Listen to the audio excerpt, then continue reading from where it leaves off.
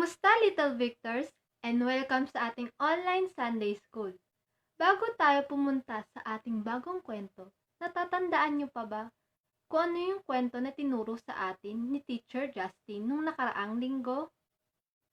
Magaling! Ang kwento natin nung nakaraang linggo ay tungkol sa isang batang nanggangalang David at isang higanteng ang pangalan ay Goliath. Makikita din natin dito na kung paano tinulungan ng Diyos na talunin ni David ang isang higante kahit siya lamang ay isang bata. At ngayon, handa na ba kayo sa panibagong kwento? Halika, simulan na natin. Ang kwento natin ngayon ay tungkol kay Samson. Si Samson ay pinagkalooban ng Diyos ng pambihirang lakas upang labanan ang kanyang mga kalaban at makapagsagawa ng kagilalas-gilalas na mga bagay, katulad ng pakikipaglaban sa mga leyon, paglipos sa isang hukbo sa pamamagitan lamang ng buto ng isang asno or donkey, at pagwasak sa isang templo ng isang Diyos-Diyosan.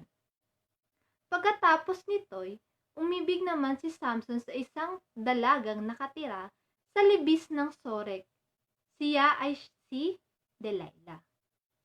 Ang babaeng ito'y nilapitan ng 5 pinunong Pilisteo at kanilang sinabi, "Suyuin mo si Samson para malaman namin kung ano ang lihim ng kanyang lakas at nang mabihag namin siya.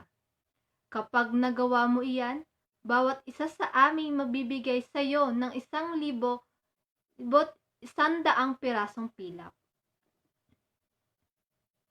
Kaya't sinabi ni Delilah kay Samson, "Sabihin mo naman sa akin kung saan nanggagaling ang iyong lakas. Paano ba kita maigagapos at madadaig?"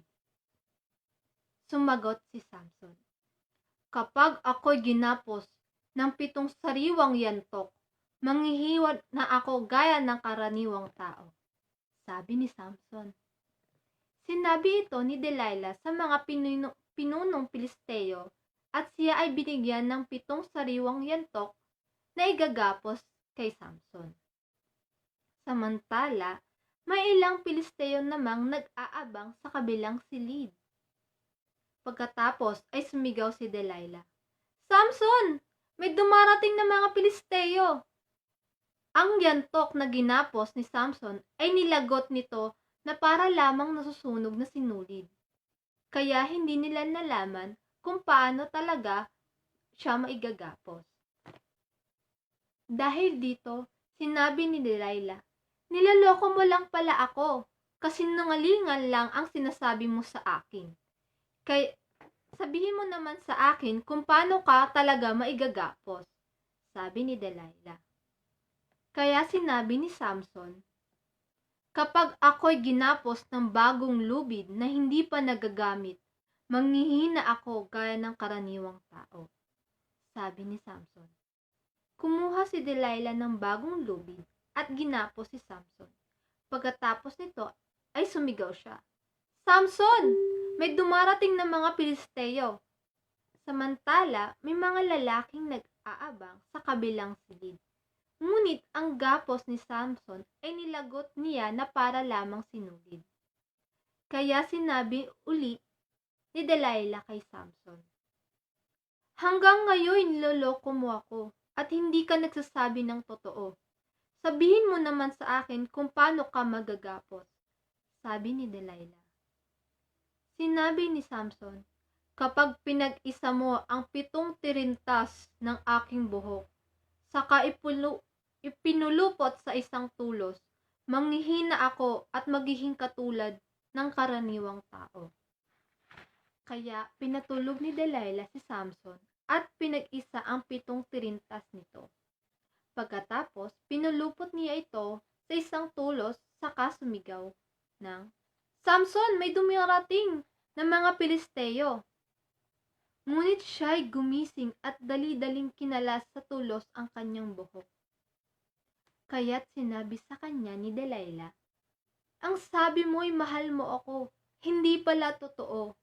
3 beses mo na akong niloloko. Bakit ayaw mong sabihin sa akin ang lihim ng iyong lakas?"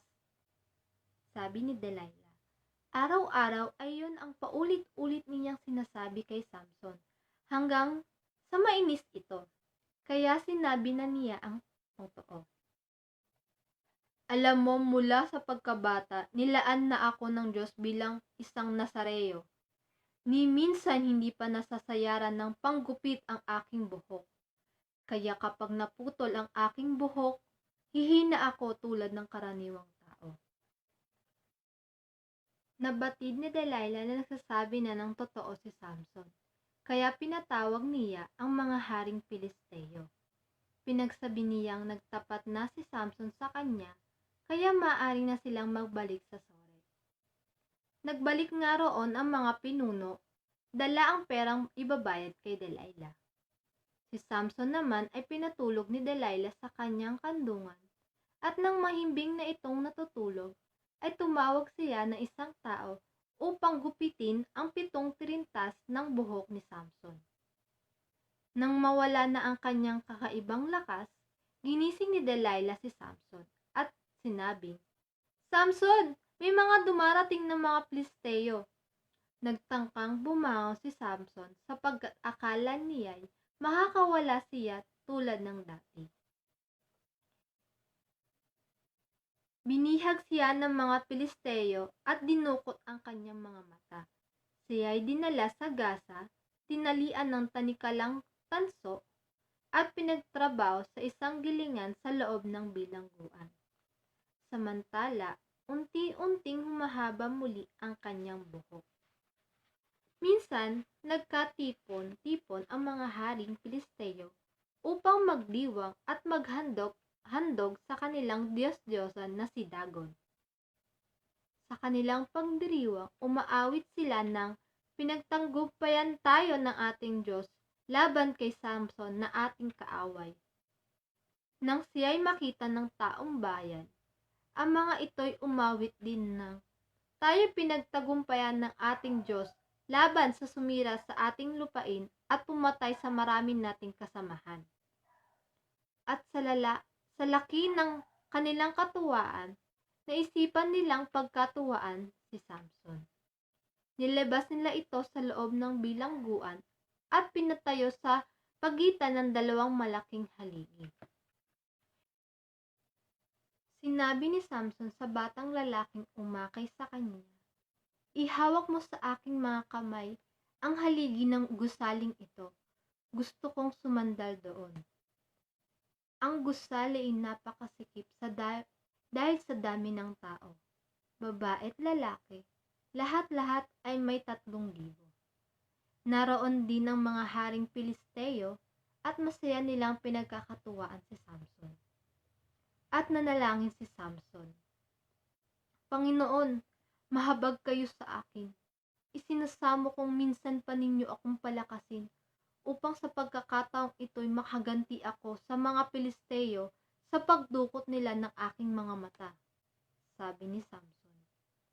Tinukod niya ang kanyang mga kamay sa 2 haligi sa gitna ng gusali, at malakas na sinabi, "Mamamatay ako, ngunit sama-sama tayong mamamatay." Binuhos niya ang kanyang lakas at tinulak ang mga haligi.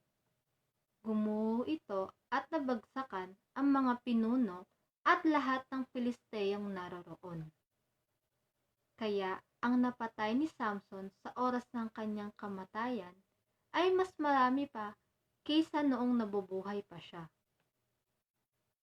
Kinuha ng kanyang mga kapatid at mga kamag-anak ang bangkay ni Samson at inilibing sa puntod ng ama niyang si Manoah sa pagitan ng Sora at Estasol. 20 taon siyang naging hukom at pinuno ng Israel. At diyan tatapos ang ating kwento tungkol kay Samson. Makikita natin dito na kahit nagkamali si Samson at napunta siya sa di magandang sitwasyon, ay ginamit ito ng Lord para matalo niya ang mga Pilisteo.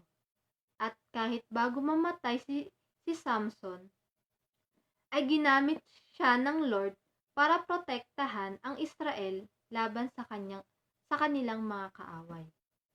At I hope na may natutunan kayo sa bagong story natin about kay Samson. Maraming salamat sa inyong mga nakinig.